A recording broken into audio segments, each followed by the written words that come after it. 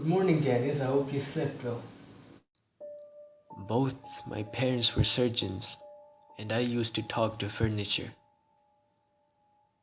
I grew up in an area where the properties are so large and the families are so wealthy that they build mansions and walls, enclosing themselves in their own private paradises, never interacting with their neighbors unless by some strange coincidence. I was homeschooled until the age of 7, which is where the story ends. But first, it begins at age 4, when I can first remember what my childhood was like.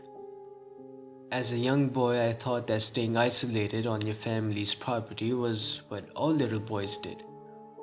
Whenever one of my parents would go out, I'd ask to join, but they'd shake their heads, explaining that only adults left home and only in very, very dire emergencies. Aside from this, I never wanted for toys or activities and developed what my parents described as a wild imagination.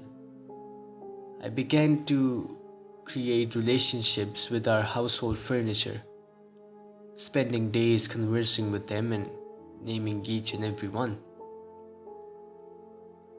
My parents seemed to indulge my imagination more and more, increasing the amount of furniture in the house dramatically.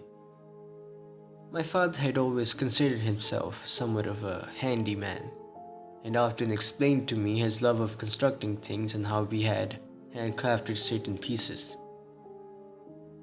And so, 3 years ensued of deep emotional relationships I developed with the furniture in my home. Arnold was the soft sofa in the living room that seemed to move up and down as I'd recline on him, reading my books. Sophia was my bed that shifted ever so lightly, rocking me back and forth as I fell asleep. Sometimes I could even hear her humming softly. When I'd lay my head on the table in my room, Claudio, I could hear palpitations and rhythm to my heartbeat. I constantly spoke with Theodore, a rather small chair that was very responsive to me, making humming sounds and strange vibrations even when unprompted. But above all, I loved Gladys, the largest, softest couch in the home, the one who seemed to share my breath. All the furniture felt so soft, so warm, and so alive to me. It's strange how fast things can change. It was a Monday, my seventh birthday, and my parents were in their workshop constructing a new piece of furniture as my present. A woman had gotten lost driving through the town, and although our gates were still shut, she managed to push her way through. She knocked on the door lightly, and I jumped up, having never heard someone approach the house before. When I opened the door, her expression changed to horror. She sniffed the air and gagged. Then she picked me up and began to run.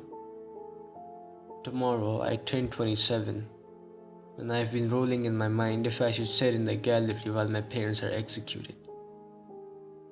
The headlines had labeled them worse than Carol Brand, having reconfigured 167 people by my 7th birthday. They were never branded murderers because no one died, but it was much worse than that. 167 people to make 71 pieces of furniture. That's 664 limbs reassembled in formations no mind should conjure. Sometimes people think I'm a Buddhist. There is no furniture in my apartment. Both my parents were surgeons, and I used to talk to furniture.